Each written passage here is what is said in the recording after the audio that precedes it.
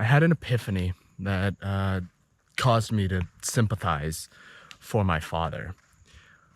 Sophia is staying with me for her part of her summer vacation, and I wanted to provide for her such an enjoyable summer vacation that she would choose to keep living with me when she has to go back to university, and she could just study online. And I put so much pressure on myself to provide that for her. And then when a lot of my student base started to evaporate because it was summer vacation, a lot of my students were like, why would I take lessons during summer vacation?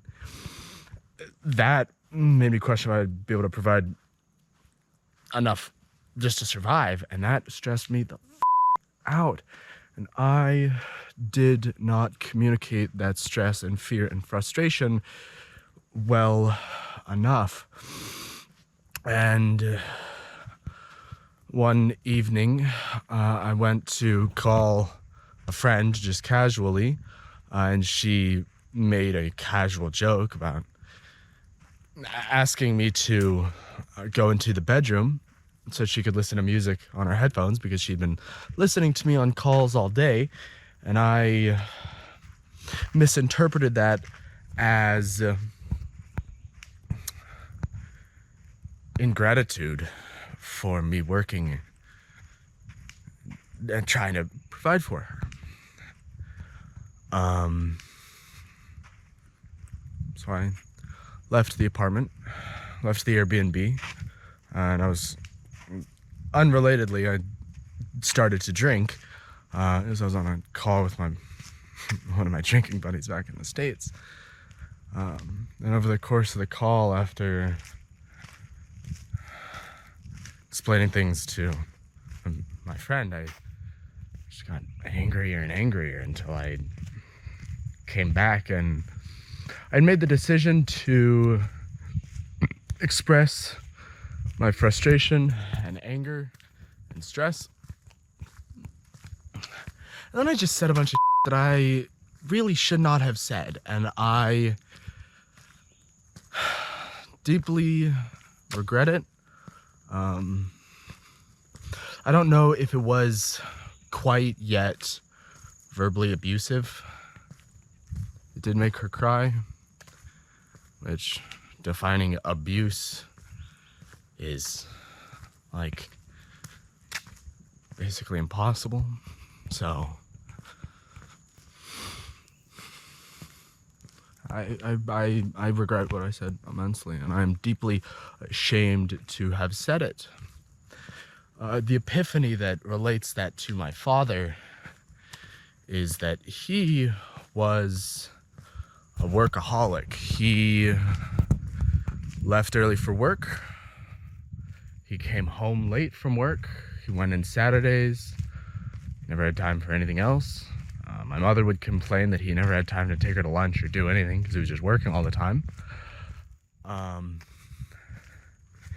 He was insomniac,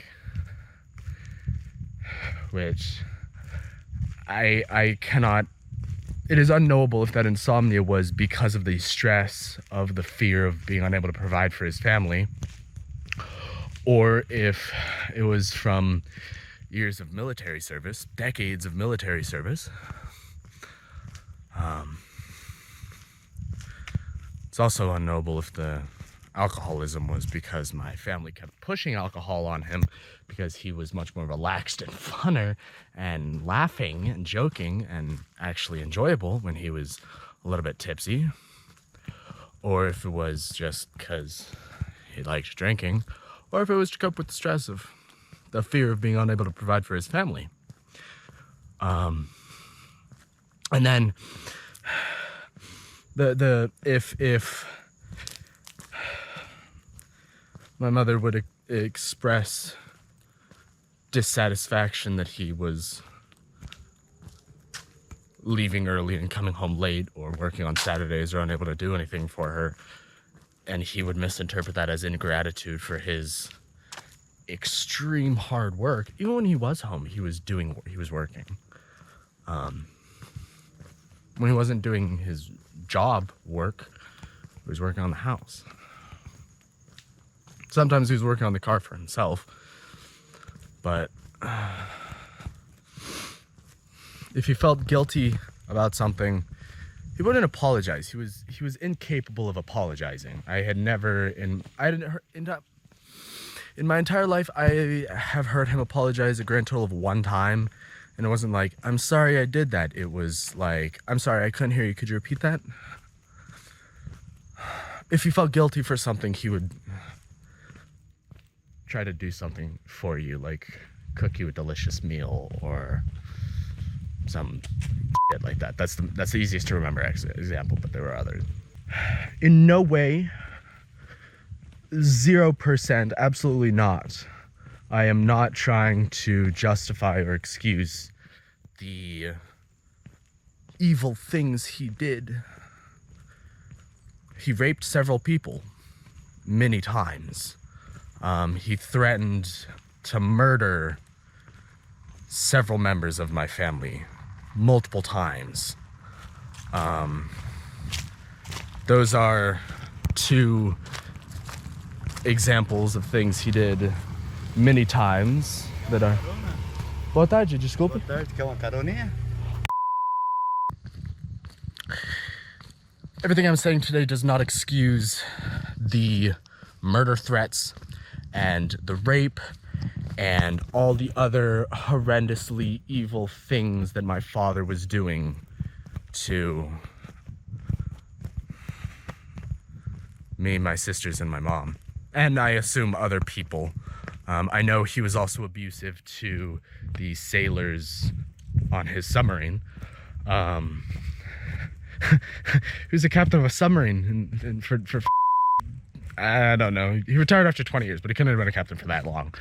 So for months at a time, he had a group of guys completely under his control, locked in a very small metal box underwater with almost zero communication with the outside world. He was having a field day abusing them. He was horrendously abused by his mother, my grandmother. She's a terrible, terrible, terrible person, and I pity her dead husband. I pity my uncles for living under them. I pity my father for growing up for them. You get it. I was expressing the shame that I felt at having said what I said to my best friend, and he said that TLDR, basically, to summarize, he said, oh great, I don't want to burn my camera out again. He said basically the past is the past. Learn from it, apologize for it, and try to be better because of it. And of course, don't do it again. I have never sympathized for my father. I have felt bad for him. I've pitied him because he probably doesn't understand why most of his ex-family doesn't talk to him anymore. He's incapable of understanding that. He never emotionally progressed past the age of like 6 because of the extreme abuse of my grandmother.